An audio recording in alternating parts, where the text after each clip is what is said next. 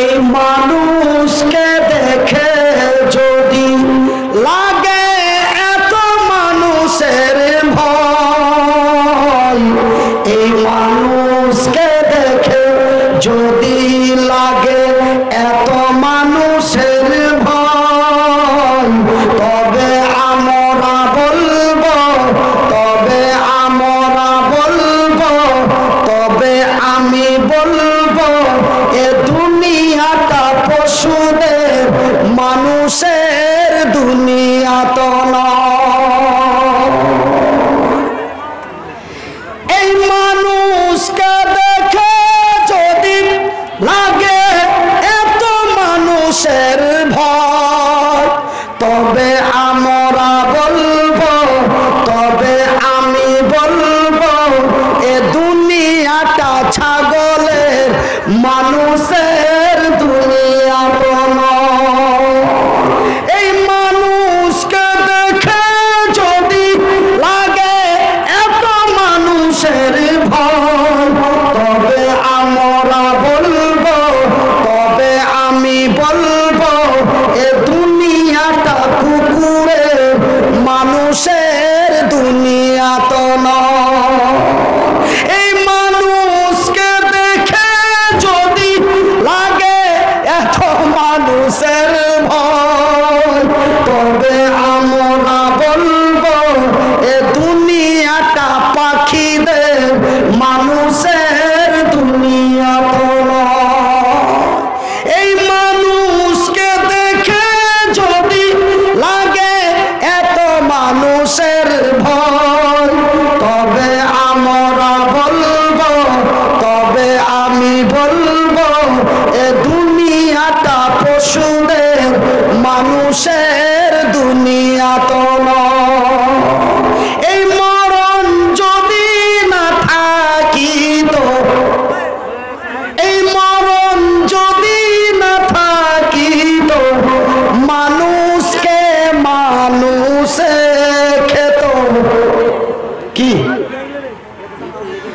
এই মরণ যদি না থাকিত, মানুষকে মানুষে খেত।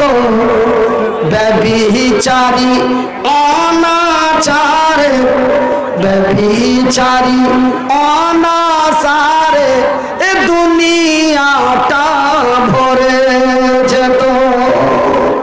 এ মরণ যদি না থাকিত, মানুষকে মানুষে খেত। জেনাকারী ব্যভিচারে এ দুনিয়াটা ভরে যেত, এ দুনিয়াটা ভরে যেত। সম্মানিত যোগ্যতম আজকের সভার সভাপতি, আগত উলামা ইকরাম, অত্র এলাকা থেকে ছুটে আসা ইসলাম দরদি ভাই এবং বন্ধুরা, বয়োজ্যেষ্ঠ বাবারা, স্নেহের কচি কচি ছেলেরা, পর্দায় বসে থাকা মা এবং বোনেরা, সর্বাগ্রে ওই মহান স্রষ্টার শুকরিয়া আদায় করি যেই মহান রব্বুল আলামিনের অশেষ কৃপায় আমরা সারা দিন কাজকর্ম করে নিজেকে অসুস্থ ক্লান্ত বোধ মনে না করে আমরা পুনরায় ছুটে এসেছি। সুন্দর সুন্দর বাড়ি, সুন্দরী সুন্দরী নারী, সুন্দর সুন্দর বাড়ি, সুন্দরী সুন্দরী নারী, আরামের ঘুম হারাম করে খোলা আকাশের নিচে বসে আল্লাহ ও তার রাসূলের বিধি বিধানের কথা শুনতেছি। তাই একবার মুহাব্বতের ভালোবাসা দিয়ে আমার আল্লাহর শুকরিয়া আদায় করে বলি আলহামদুলিল্লাহ।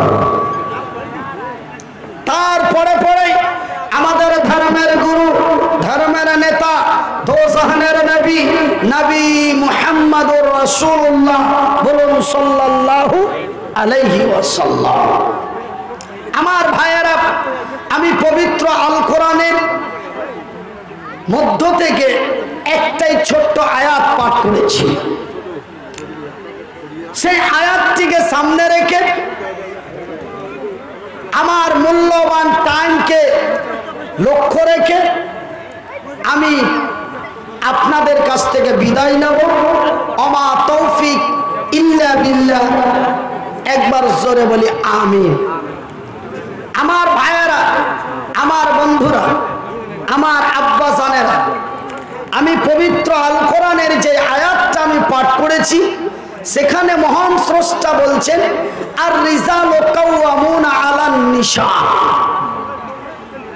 পুরুষেরা হলো নারীদের সংরক্ষণকারী।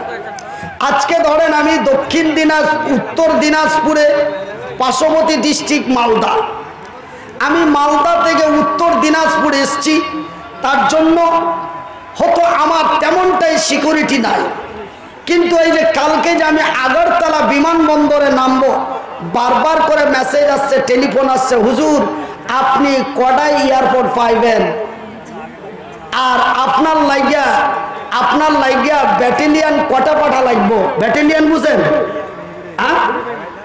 ব্যাটালিয়ান কারে বল? ব্যাটালিয়ান বুঝেন না? পুলিশের মধ্যে যেগুলো সুপার পুলিশ কালো চাদর বেঁধে থাকে, কালো রুমাল বেঁধে থাকে, কোনো গল্পই চলে না, বেশি গ্যাদারিং হলে দিয়ে দেয়, এদেরকেই বলা হয় ব্যাটালিয়ান। তো বলছে যে কি আপনার লাইগা কয়টা ব্যাটালিয়ান পাঠা লাগবে। আমি বলি দেখি আমি তো হরু মানুষ মানে বুঝেন, আমি তো ছোট মানুষ, আমাকেও আবার কে কইব, আমাকে আবার কে কি বলবো, আমি তো ছোট মানুষ। বলছে না হুজুর আপনার তো একটা সম্মান আছে, আপনাকে আমরা এয়ারপোর্ট থেকে আমরা ব্যাটালিয়ন দিয়ে সম্বর্ধনা জানিয়ে নিয়ে আসবো, সম্মান জানিয়ে নিয়ে আসবো। সামনে থাকবে ব্যাটালিয়ান গাড়ি, পিছনে আমাদের 22টা বাইক থাকবে। এই যে কয়েকদিন আগে আমি একবার লাইভ দিয়েছিলাম না, প্রায় 48টি বাইক আগা পাছা করে আমাকে 4 চাকায় নিয়ে গেল। তো ভাইজান এই যে একটা সম্মান, আমাকে তো একটা 12 বছরের ছেলে 10 বছরের ছেলে আমাকে থাপড়ে লাল করে দেবে না? দেবে। তবে আমি তো কাউরি লড়ে পারবো না, আমি কাউরি মেরে পারবো না। তবে আমার পিছনে ব্যাটালিয়ান সিকিউরিটি দেওয়ার উদ্দেশ্যটাই কি? তার মানে এটা একটা সম্মান, হুজুরের রাস্তায় আইতে যেন কোনো অসুবিধা না হয়, মনিরুদ্দিন ভাইয়ের আসতে যেন কোনো সমস্যা না হয়, অসুবিধা না হয়, তার লাগে আমরা ব্যাটালিয়ান পাঠাইতেছি। কথা বুঝছেন নি? তো আমার ভাইয়েরা, আমার আব্বাজান সোনার চানেরা, আমার ভাইয়েরা, তবে এই যে একটা সম্মান, এই যে একটা ইজ্জত, এই যে একটা মূল্য, ঠ্যাং নাই হাত নাই, অথচ এমনই একটা সম্মান আমার আল্লাহ এই ব্যক্তি থেকে দিয়েছে। তার কারণটা কি? তার কারণটা হলো যে এই মতো লোক তো পৃথিবীর মাটিতে তথা পশ্চিমবঙ্গে প্রায় 1.5 লক্ষেরও বেশি আছে, নাই? কথা বলেন আছে, কিন্তু 1.5 লক্ষের মতো এর চাইতো খাতারনাক ফিজিক্যাল হ্যান্ডিক্যাপ রয়েছে, অথচ মহান স্রষ্টা তারই কেন সম্মানটা দিলেন? এই জন্যই দিলেন তার ভিতরে আছে আল্লাহর কোরআন। কি আছে? আল্লাহর কোরআন। এই যে একটা সম্মান, এই যে একটা ইজ্জত, এই যে একটা মূল্য, তার কারণটা তো এমনি মহান রব্বুল আলামিন এই পৃথিবীর নারী জাতিকে দিয়েছেন এমনই সম্মান। আর সেই নারীর সম্মানের সুরক্ষা যেন করতে পারে, এই জন্য মহান রব্বুল আলামিন এই পৃথিবীর পুরুষকে শক্তিশালী করে বানিয়েছেন।